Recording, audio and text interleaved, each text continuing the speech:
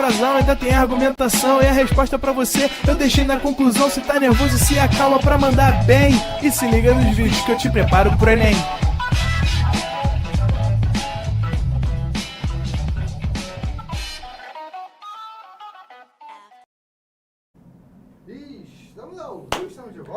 E estamos ao vivo, estamos online. Você que está com material, você percebeu que existem 5 questões. A ideia é ir fazendo da mais fácil até a mais difícil. Então, a gente já fez a questão 1, uma reprise da aula passada, e agora a gente vai partir para as questões 5, 4, 3 e 2. Para não ser deselegante com a Manu, ela pede para eu escrever novamente a lei de formação, tanto da função exponencial quanto da sua inversa, tá? Então, respondendo a Manu,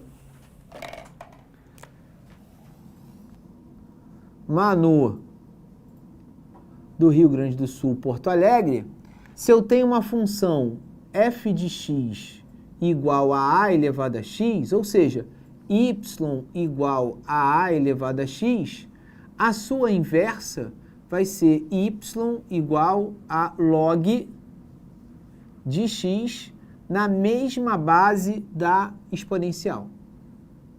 Correto? Então, respondido, Manu, a sua pergunta.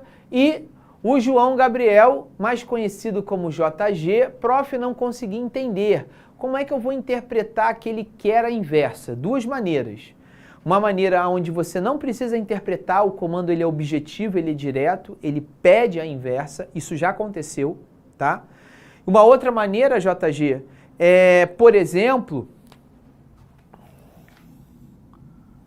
ele dá uma função exponencial, tá? Ele diz que a função exponencial é a elevado a x, só que as opções de múltipla escolha são gráficos. Cada gráfico representa uma opção.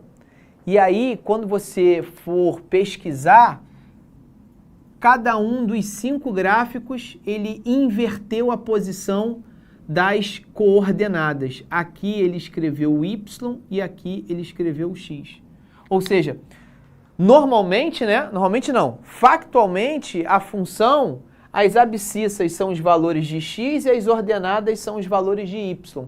Quando ele troca de posição, indiretamente ele está pedindo a inversa. Então, o gráfico que vai aparecer aqui não é o gráfico de a elevado a x. O gráfico que vai aparecer aqui é do log. Então, eu já vi aparecer dessas 2 maneiras, através de um comando direto ou através dessa sutileza. Ele dá a função original, só que ele cobra no gráfico a inversa daquela função, tá? Bom, mas vamos fazer a questão de número 5.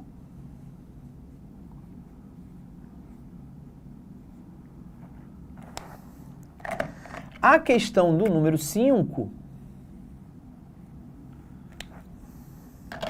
nos pede o seguinte, vamos dar uma olhadinha lá na questão. A questão fala assim, olha, peraí que eu tenho que pegar meu motorzinho, diretor. A questão diz o seguinte, a escala de magnitude de momento, abreviada como MMS, e denotada como MW, introduzida em 1979 por Thomas, sei lá, fica aí a dica aí de aprender inglês, Glaucio. Substituiu a escala de Richter para medir a magnitude de dos terremotos em termos de energia que é liberada. Então, menos conhecida pelo público, a MMS é, no entanto, a escala usada para estimar as magnitudes de todos os grandes terremotos da atualidade. Assim como a escala Richter, a MMS é uma escala logarítmica, sendo MW e M0 se correlacionando da seguinte forma. MW é igual a menos 10,7 mais 2/3 do log decimal de M0. E aí eu vou parar aqui, não é à toa que toda e qualquer escala que tente, medir a magnitude de um grande evento como o terremoto, ela esteja sempre associada a logaritmo. Por quê? Porque o logaritmo, a função logarítmica, é a inversa de uma função exponencial. E função exponencial trabalha com números que vão crescendo de uma maneira muito rápida. Ou seja, são eventos cuja magnitude são sempre representados por números muito grandes, por escalas de crescimento também muito rápidas. Tá? Então, nesse caso, todo crescimento geométrico, todo crescimento exponencial, ela vai ser representada, ora por uma função exponencial, mais diretamente, ora por uma função logarítmica, tá ok? Voltando para a questão, onde M0 é o momento sísmico, usualmente estimado a partir dos registros de movimento da superfície, através dos sismogramas, cuja unidade é o DINA, vezes centímetro. O terremoto de Kobe, acontecido no dia 17 de janeiro de 95, foi um dos terremotos que causaram maior impacto no Japão e na comunidade científica internacional. Teve magnitude de 7,3, o seu MW foi de 7,3. Mostrando que é possível determinar a medida por meio de conhecimentos matemáticos, qual foi o momento sísmico, portanto, o M0 do terremoto de Kobe, medida justamente em DIMA vezes centímetro. Então, vamos primeiramente pegar de novo a função. A função é MW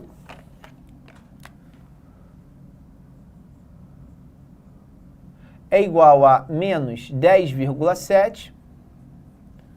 O que mais? Deixa eu dar uma olhadinha aqui. Menos 10,7 mais 2/3 mais 2/3 do log de M0 em uma base decimal.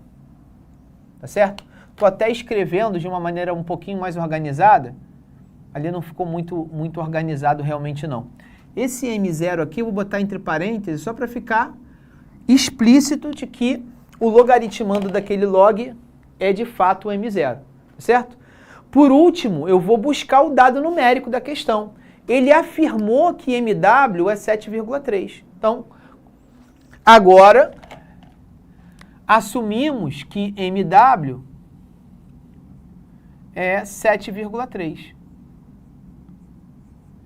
Meu diretor, é mais 7,3 ou simplesmente, ou menos 7,3? 7,3. Pronto, então agora, o que eu vou fazer? Eu, humildemente, vou voltar na equação e no lugar do MW, eu vou escrever 7,3. Então fica 7,3 igual a menos 10,7 mais 2/3 do logaritmo decimal de M0. Vou começar o processo de... o meu processo de isolar o M0. Então, agora eu tenho uma equação logarítmica. Para eu resolver essa equação, logarítmica ou não, eu quero isolar a variável. A minha variável é M0, então eu vou até destacar para você não esquecer. O que eu quero isolar é esse cara, é o M0. E para isso eu vou agora tentar isolá-lo, passo a passo. A primeira coisa que eu vou fazer é esse menos 10,7, eu vou levá-lo para o primeiro membro da equação. Então, eu vou ter 7,3 mais 10,7 igual a 2/3 do log de M0 em uma base 10. Então, o primeiro procedimento foi esse. Acontece que 7,3 mais 10,7 é 18.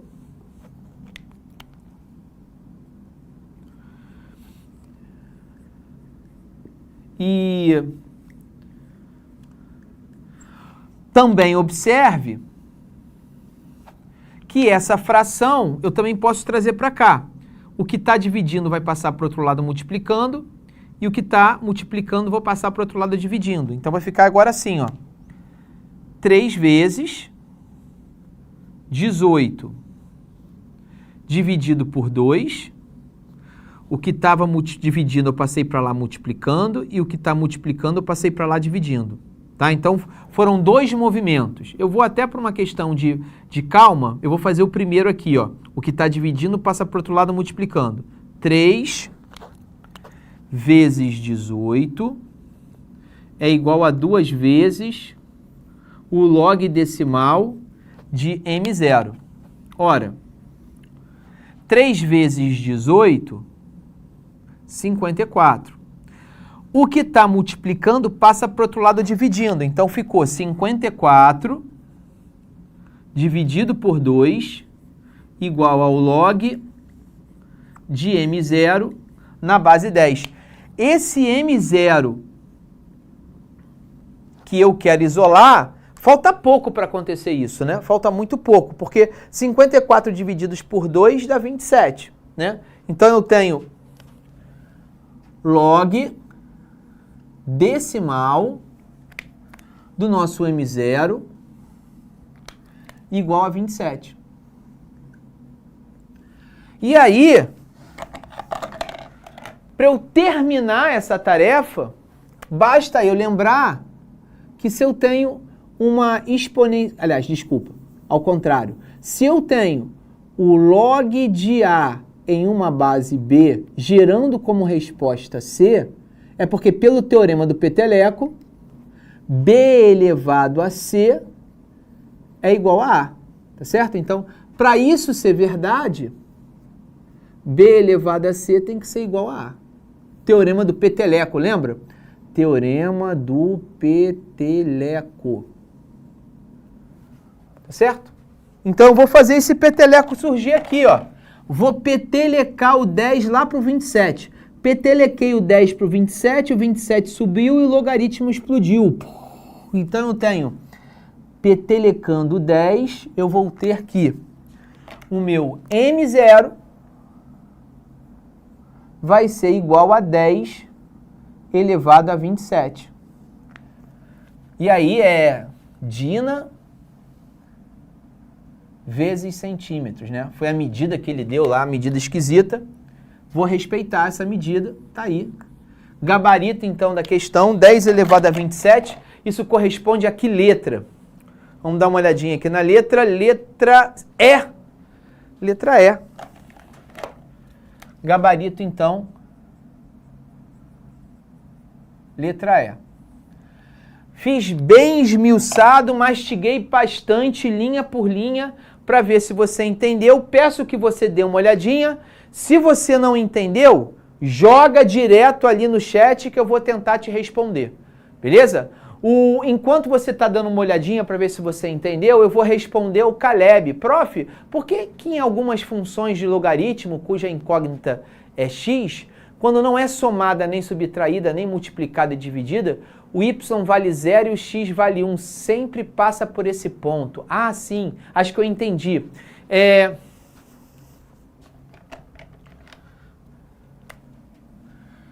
Caleb.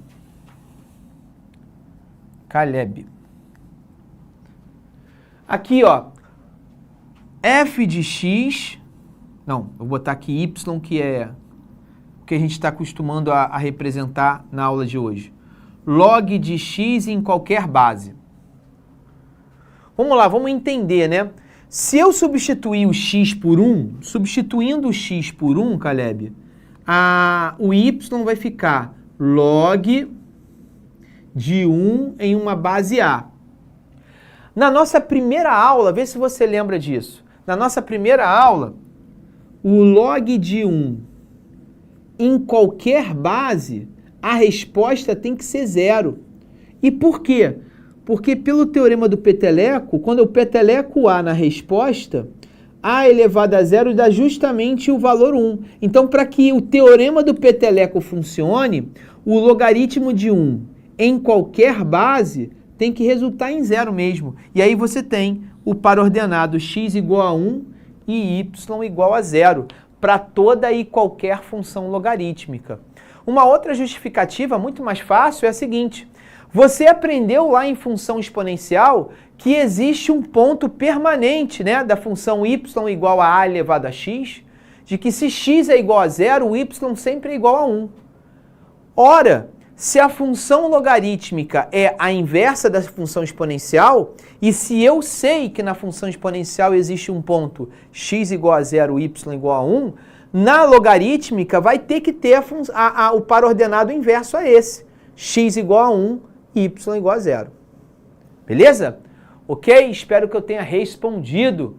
Tá ok?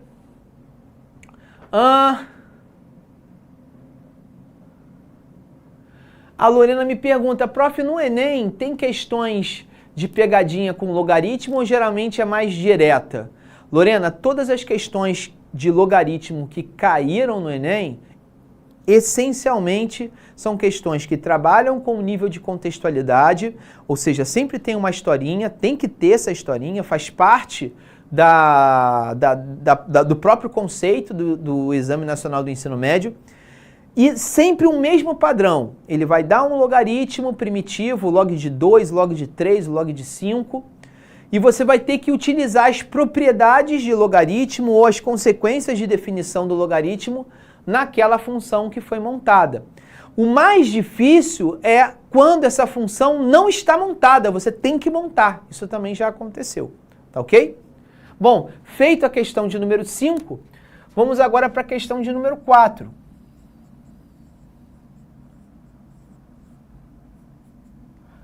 Então vamos lá. Na questão de número 4, temos que, vamos lá. Esqueci de novo o motorzinho, tô demais, hein? Tô demais, hein? Questão então de número 4. Vamos lá.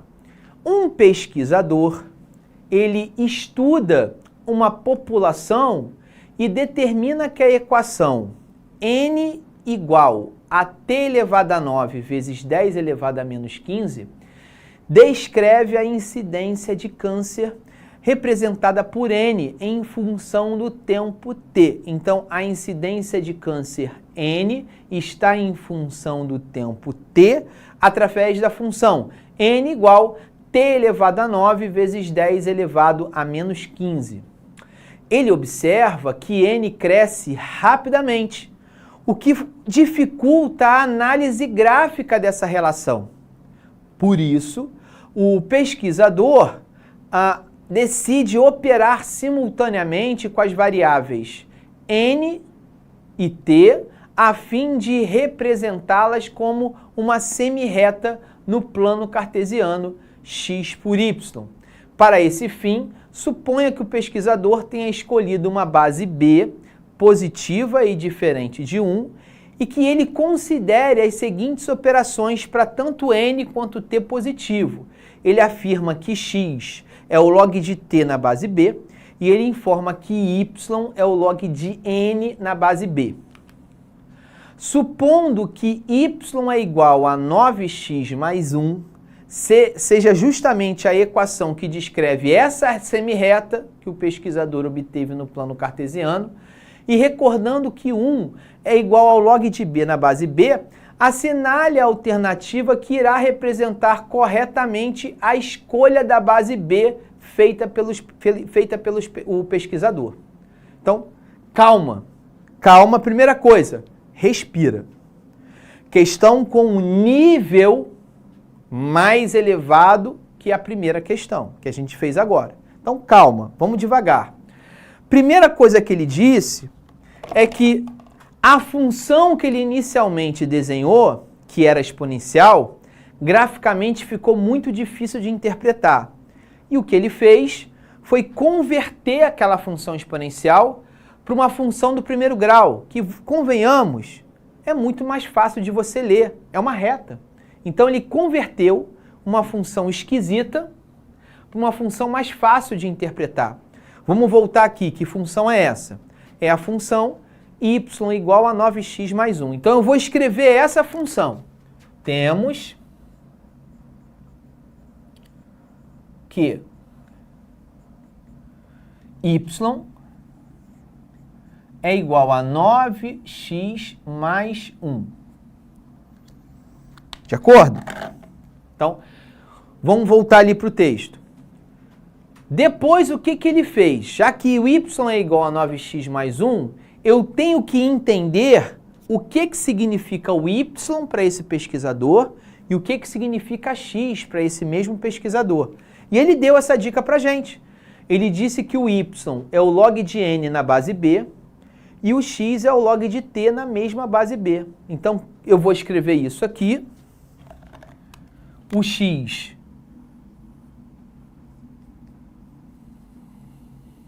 é o log do t na base b e o y é o log do n na mesma base b. Bom, o que eu vou fazer para ver se eu vou chegar em algum lugar? Para ver se eu vou chegar em algum lugar, no lugar do y, eu vou substituir por esse logaritmo. Então, aqui tem y, não tem? Então, no lugar desse y, eu vou escrever esse cara. E no lugar do x, eu vou escrever esse cara. Então, eu vou reescrever essa equação. Essa equação, ela vai ser reescrita. Só que ela vai ser reescrita com esses novos dados que foram oferecidos. Y, ou seja, log do n em uma base b, é igual a 9 vezes o x, que é o log do t em uma base b, mais 1.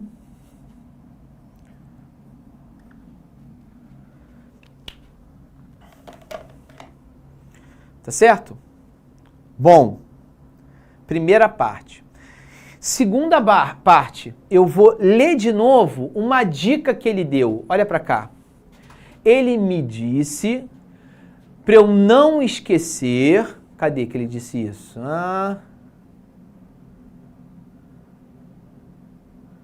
Tá na próxima página. E recordando que 1 é igual ao log de b na base b. Isso é uma dica. A gente não pode desprezar essa dica. Ele disse que o log de b na base b é 1. Na verdade, né? Todo e qualquer logaritmo onde o número de cima é igual ao número de baixo, de fato a resposta é 1. Ele nem precisava me dar essa dica. Ele me deu na camaradagem, no amor. Então, o que eu vou fazer? No lugar desse 1, eu vou escrever esse camarada aqui.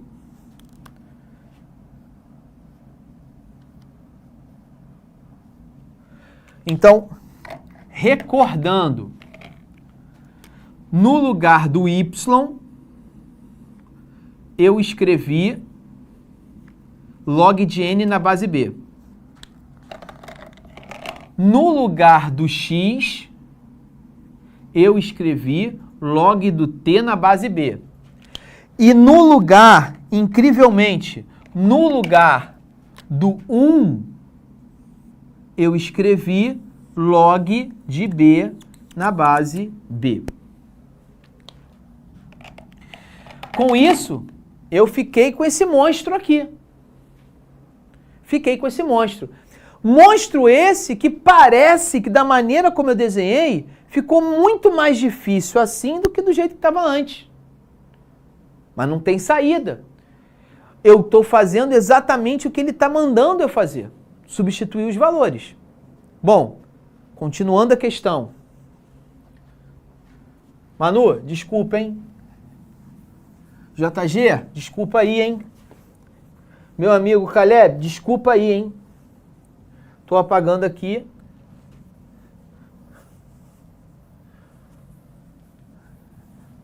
Vamos lá.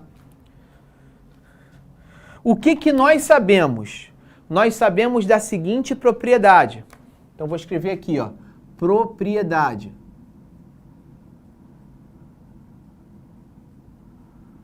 a gente sabe que o log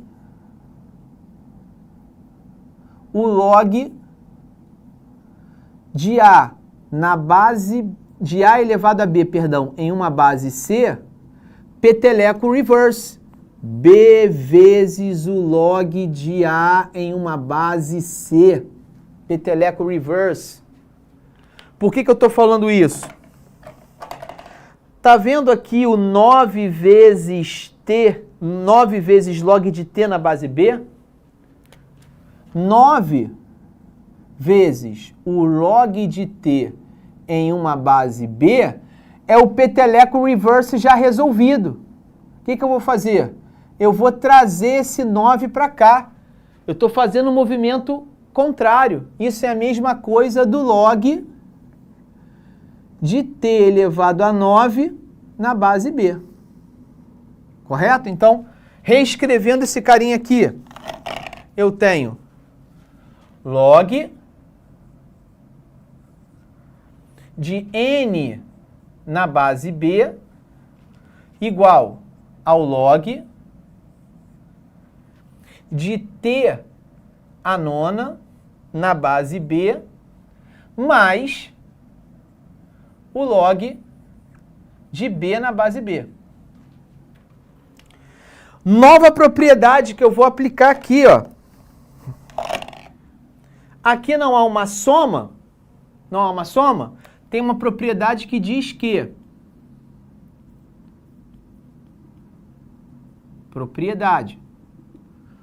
quando eu tenho o logaritmo de dois números que estão multiplicando, eu posso separá-los somando. Então, ó, tinha uma multiplicação, isso vai virar o log de A mais o log do B. Falamos disso na aula passada. Propriedades. Eu vou fazer a mesma coisa aqui, movimento contrário. Eu tenho uma soma, vou juntar multiplicando. Então, olha que eu vou ter aqui, ó. Vou ter log do N na base B é igual a log de T na nona vezes B na base B.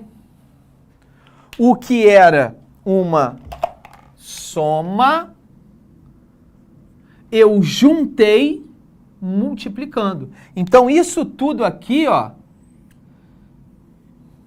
é o meu novo logaritmando.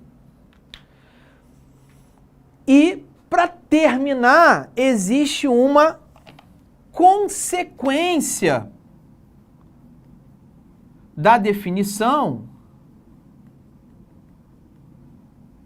que diz o quê? Se eu tenho o log de um certo cara igual ao log de um outro cara na mesma base, observa, log de y na base A, se ele é igual ao log de x na mesma base A, mesma coisa, é como se eu tivesse uma balança de pratos e eu estivesse pondo a mesma operação, logaritmo, nas duas balanças. Elas se mantêm equilibradas. Se isso aqui é verdade, logo,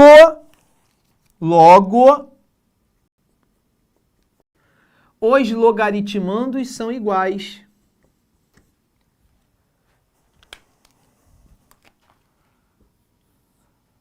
Tá bom, Glaucio? Isso me ajuda em quê? Me ajuda pelo seguinte. Se o log de N na base B é igual ao log desse cara na mesma base B, é porque esse carinha e esse carinha são rigorosamente os mesmos.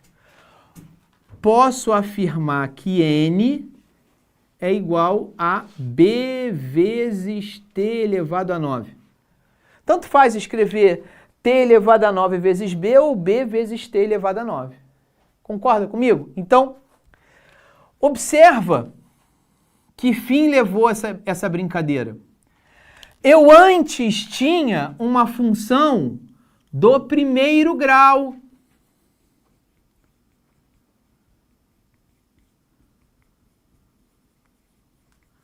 Essa função do primeiro grau, ela foi construída através de logaritmos. E esses logaritmos mediaram, olha que interessante, uma função exponencial. Essa função exponencial é uma função original, que graças à técnica de logaritmo, virou uma função de primeiro grau. Mas a questão, obviamente, não acaba aí, né? A questão não acaba aí. Observa que essa função aqui lembra muito uma função que o pesquisador iniciou a sua tese. Vamos dar uma olhadinha no início da questão. O início da questão diz que n é igual a t elevado a 9 vezes 10 elevado a menos 15. Olha que interessante. Pessoal, faz aquele print time, é a hora do seu print time, print time.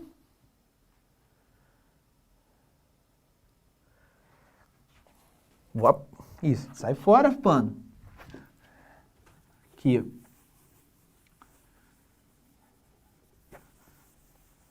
Vou apagar isso aqui.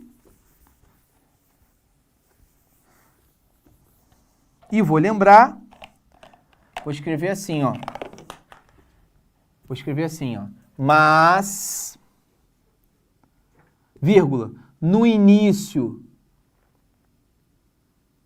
do problema, fomos informados que... A galera tá perguntando do print ali, você tava apagando, Glaucio. Mentira que eu fiz isso. Não, pô. Aqui é questão 4. A questão 4 você não apagou, tá? Aí você tá inteirinha, né? Ah, tá. Eu apaguei só a questão 3, né? Foi, pô. Mas a questão 5, né? Isso, a questão 5. Deu ruim aí? Não, pô. Ah, tá. É que ele tava apagando, você tá achando que tava perdendo o print, você tava só apagando a questão 5. Ah, só é Não é pra tirar o print, não. Não. Tá escrevendo aí. Isso. Então, mas no início do problema, fomos informados que... Vamos lá. N é igual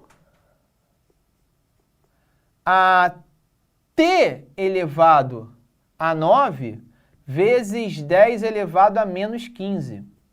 Isso foi dado na questão. Se você quiser dar uma ajeitadinha, 10 elevado a menos 15 vezes t a nona. Concorda que dá no mesmo. Você, já uma pessoa esperta, comparou com o que a gente encontrou. Faz um copy-paste aqui, ó, joga aqui n é igual a b vezes t elevado a 9. Aqui, ó.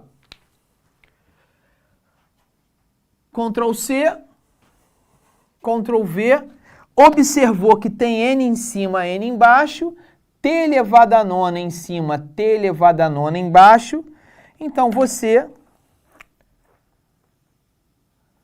de uma maneira sagaz, você conclui que o B tem que ser o 10 elevado a menos 15. Isso aqui é um 5. Fechando a questão. Fechando a questão. Temos, portanto, que a questão, deixa eu dar uma olhadinha aqui, corresponde à letra E. 10 elevado a menos 15. Agora sim. Agora é a hora do seu print time. Pronto.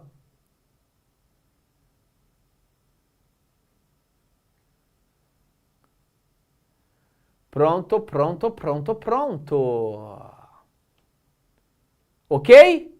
Questão, galera, questão cascuda, tá? Régua máxima, top, questão difícil. Observa o malabarismo que a gente deu para chegar na questão. Questão topzera mesmo, tá certo? Questão braba, tá certo? Beleza? Agora eu não sei se esse Gabi... Ele mandou antes, né? Que você fazia. Faz a 4, por favor, não é isso? Está feito. É isso. Tá feito. Belezinha, galera? Dá uma olhada aí. Feita a questão de número 4, fizemos a questão de número 1, fizemos a questão de número 5, fizemos a questão de número 4, tá certo? Questão doida, hein? Questão doida. Questão doida. Não é isso? Deixa eu me ver aqui. Tô vendo aqui o tempo, tá, meu amigo? Tô vendo o tempo aqui. Eu acho que dá pra gente fazer a 2. Vamos para 2? E a gente termina na 2. Caraca, o JG falou, foram 26 minutos fazendo a questão. Foram 26 minutos fazendo a questão. Só, né? Coisa pouca. Mais uma, prof, mais uma. Fazer a questão 3, então, saideira, né? Na força do ódio, como quem disse a aluna 2 aulas atrás, na força do ódio, na força da violência do ódio. Questão número 2, rapaz, cadê a Camila para me ajudar nessa expressão aqui? Cadê a Camilinha? A Hydrangea macrophylla é uma planta com flor azul ou cor de rosa, dependendo do pH do solo no qual está plantada. Em solo ácido, ou seja, com pH igual a 7, a flor é azul, enquanto que em solo alcalino, ou seja, com pH maior que 7, a flor é rosa. Considere que essa flor cor-de-rosa ela é mais valorizada comercialmente numa determinada região,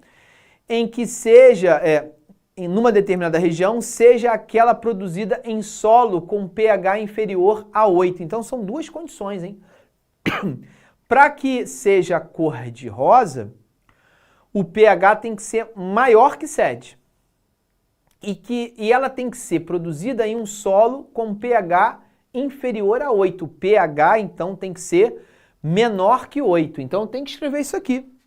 Tenho que escrever isso aqui. Questão de número... acho que é 2, né? Questão 2.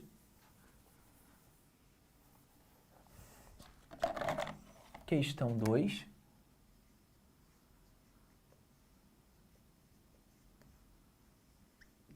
O pH, ele tem que ser, ao mesmo tempo, ele tem que ser maior que 7 e ele tem que ser menor que 8.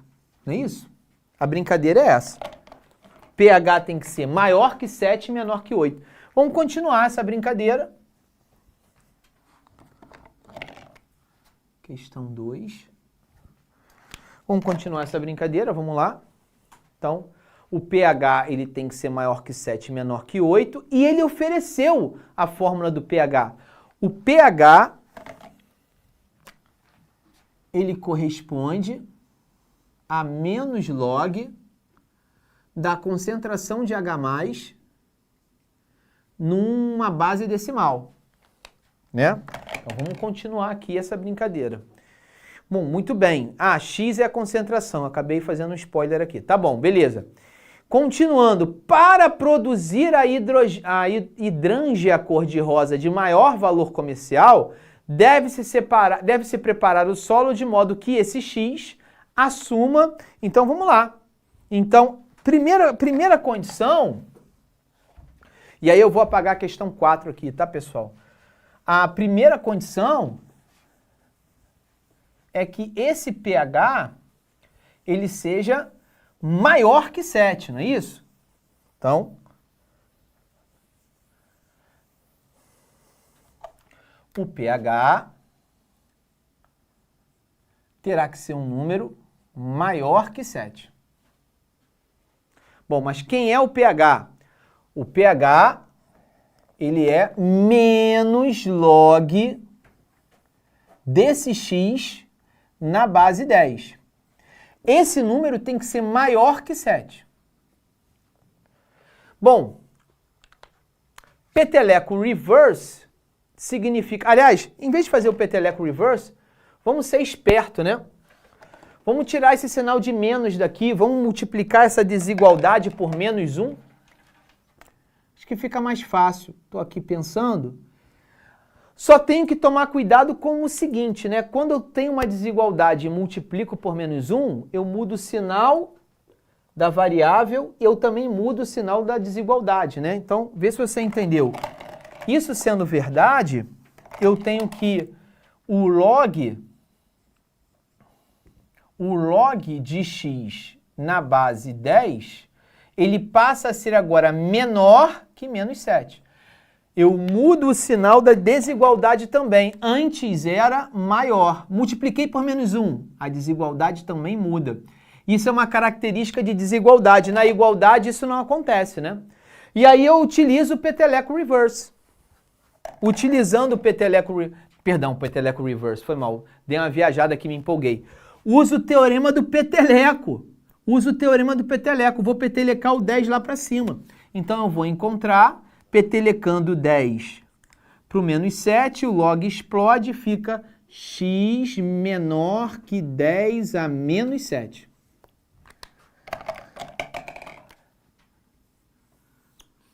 Ao mesmo tempo, o nosso pH, o nosso não, né?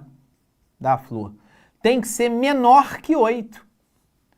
Então, menos log de x na base 10 terá que ser menos 8, terá que ser menor que 8. Ora, multiplico por menos 1 de novo, faço esse together forever, vai ficar log de x na base 10, o que é menor vira maior que menos 8. Petelequei, x vai ter que ser maior que 10 a menos 8. Então, a concentração de H+, terá de ser um número maior que 10 a menos 8 e menor que 10 a menos 7. Vamos ver se tem resposta para isso? Temos como gabarito a letra E, valores maiores que 10 a menos 8 e valores menores que 10 a menos 7. Letra E de... Fecha essa aula aí. Letra E de... Você vai tirar o print lá? É a hora do print time para que eu não passe vergonha que eu não sei. Letra E de não sei o quê. Vamos lá. Deu o seu print. Deu o seu print.